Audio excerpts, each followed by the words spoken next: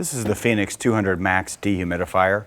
The Phoenix 200, as you can see, is constructed of stainless steel. It's a 20 gauge stainless steel. The Phoenix 200 Max has a water removal rating of 228 pints at saturation.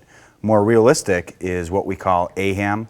That is the ability for the dehumidifier to remove water at a set condition, which is 80 degrees, 60% relative humidity. In those conditions, which are most realistic to a water damage job, the Phoenix 200 Max will pull 133 pints. The system has an automatic pump out system which will automatically discharge water away from the dehumidifier to a drain source. The defrost mode for a Phoenix 200 is what we call a passive system, which basically brings room temperature air over the coil to defrost it when ice has built up on this system. The 200 Max's lid is removable. By simply pressing in the little thumb knobs on the side, you can remove the lid. Once the lid is removed, it gives me a great storage spot for both my power cord to the unit and for the drain hose itself. Immediately below that is the pleated filter, which comes standard on the Phoenix 200 Max.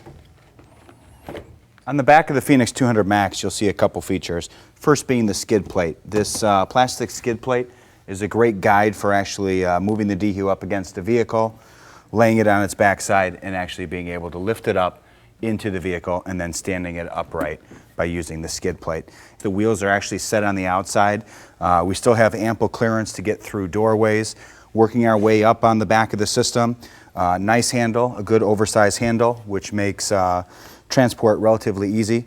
The system also has a shock absorber or a axle that has a shock absorbing feature for going up and down staircases. If we work our way up to the panel, you'll see two switches on the back of the 200 Max. The first switch on the left-hand side is our power switch. When the system is running, it is actually illuminated in green. To the right of that is the purge switch. The purge switch allows us to drain any water that may be in the pump-out system away from the dehumidifier. This is most often used at the end of the job when we're tearing our equipment down. By pressing the purge switch and holding it in, any remaining moisture in the reservoir will be, again, moved away from the system. In the middle, you'll see a small LCD that is our hour meter. It will log the total number of hours that the dehumidifier has been in service on the 200 Max. If we work our way back around to the opposite side on the 200, you will actually see down at the lower right-hand side the exhaust collar. This is actually where the warm dehumidified air comes off the system. With the Phoenix 200 Max, we do have ducting options. There is a rectangular ring that can be removed on the system. You can take your lay flat, put it right through the center of the ring, and then drape your lay flat back over around the ring.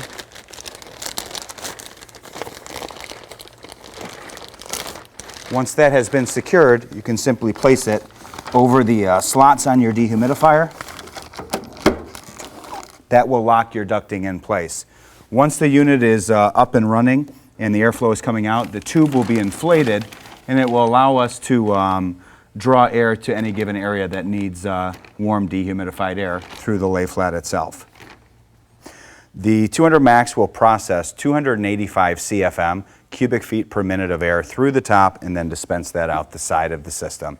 The unit is UL and both CUL rated.